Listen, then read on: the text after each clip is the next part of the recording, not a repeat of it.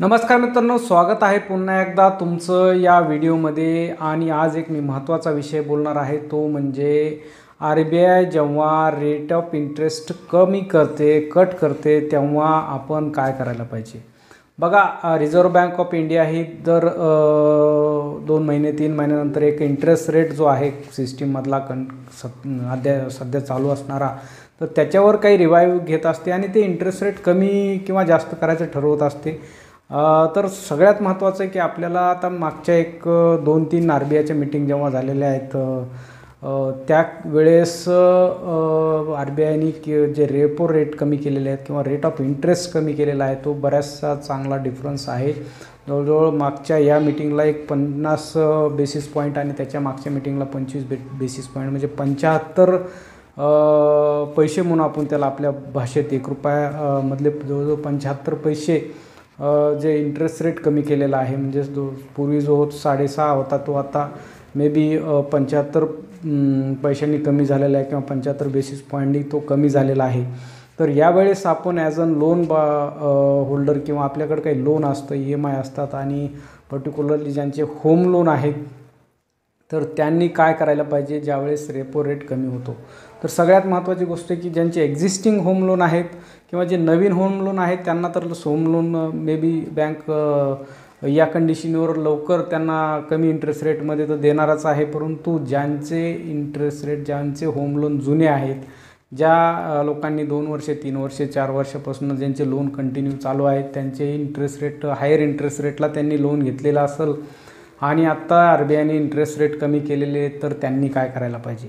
तर सगळ्यात महत्त्वाची गोष्ट ही आहे की जेव्हा आपण एक फ्लोटिंग रेट ऑफ इंटरेस्टचा ऑप्शन चूज करतो, ज्यावेळेस आपण EMI किंवा जेव्हा आपलं लोन घेतो तेव्हा, तर त्यावेळेस त्या बँकेला हे बंधनकारक असतं की जेव्हा आर-बी-आय रेट कमी करते त्यावेळेस तुमच्या लोनवरचं सुद्धा रेट ऑफ इंटरेस्ट हा तेवढ्या बेसिस पॉईंटनं कमी करून तुम्हाला त्याचा बेनिफिट दिला पाहिजे। हा सगळ्यात महत्त्वाचा रूल आहे की तुमचं जेव्हा होम लोन हे फ्लोटिंग रेट ऑफ इंटरेस्टमध्ये असतं, तर त्यावेळेस आर-बी-आय जेव्हा कमी करेल तेव्हा बँकेला कमी करणं म्हणजे बंधनकारक आहे ते, आणि ते पास ऑन करणं म्हणजे तुम्हाला त्याचा बेनिफिट देणं ॲज अन तुमचं कस्टमर म्हणून। तर हे बऱ्याचशा बँका काय करतात की उशिरा करतात किंवा काही वेळेस टाळाटाळ करतात किंवा काही वेगवेगळे कारणं सांगतात आणि तुमचं रेट ऑफ इंटरेस्ट कमी करत नाहीत। तर त्यावेळेस तुम्ही काय करणं गरजेचं आहे, तर त्यावेळेस तुम्हाला एकतर बँकेत व्हिजिट करणं गरजेचं आहे।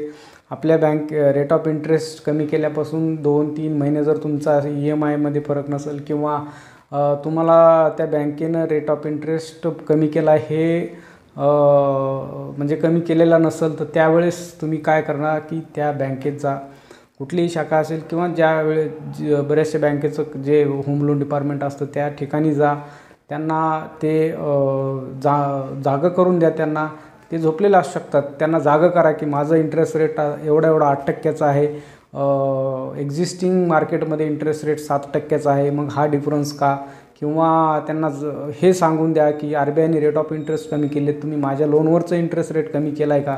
तर बऱ्याचशा बँका तुम्हाला तिथं गेल्यानंतर किंवा ते व्हिजिट केल्यानंतर ते सांगतील हो ठीक आहे आम्ही करतो आत्ता। म्हणजे ही एक पॉलिसी असते। जेव्हा तुम्हाला लोन घ्यायचं असतं तेव्हा बँकेचा फोन येतो की तुम्हाला लोन घ्यायचं का, परंतु जेव्हा लोनवरचा इंटरेस्ट कमी करायचा असतो तेव्हा बँक कधी फोन करत नाही की तुम्हाला इंटरेस्ट रेट आम्ही कमी करतो आहे। तर हे एक असतो की बिझनेस पॉईंट आहे बँकेला।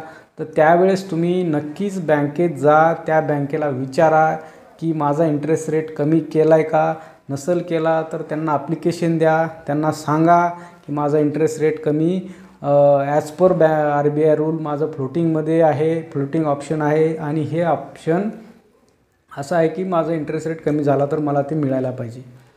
बऱ्याचशा वेळेस असे होऊ शकतं की तुमची बँक तुम्ही रिक्वेस्ट करूनही ती ऐकत नाही किंवा त्या बँकेला वाटतं की ठीक आहे करूया वगैरे, टाळाटाळ करताय किंवा होत नाही त्या केसमध्ये, तर त्या केसमध्ये तुम्ही डायरेक्टली त्या ब्रँच मॅनेजरला किंवा त्याला बँकेला सांगा की मला हे लोन दुसऱ्या बँकेत ट्रान्सफर करायचं आहे, त्याला BT म्हणतो, बँक ट्रान्सफर म्हणतो।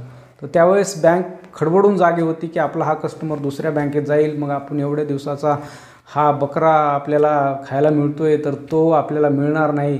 तर त्यावेळेस मग बँक तुम्हाला म्हणजे तुमचे पाय धरू शकते की तुम्ही नका जाऊ, आम्ही तुम्हाला कमी करून देतो, तुमची प्रोसेसिंग फीस वगैरे पण माफ करतो आणि तुम्हाला कंटिन्यू म्हणजे नवीन जे रेट ऑफ इंटरेस्ट आहे त्या पद्धतीने तुम्हाला देऊ शकतो. म्हणजे तुम्ही जेव्हा तिथपर्यंत जाणार नाही तोपर्यंत बँक तुम्हाला सांगणार नाही. तुम्हाला बँक जोपर्यंत सांगणार नाही तोपर्यंत तुम्ही तुमचं EMI कमी होणार नाही किंवा त्याचा बेनिफिट तुम्हाला होणार नाही.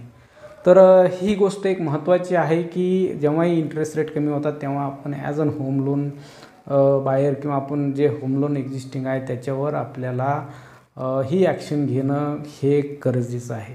तर या व्हिडिओचा उद्देश हाच होता की आपल्याला एक थोडंसं फायनान्शियली नॉलेज मिळावं आणि आपल्याला या RBIच्या रूलबद्दल माहिती मिळावी हाच होता. थँक्यू.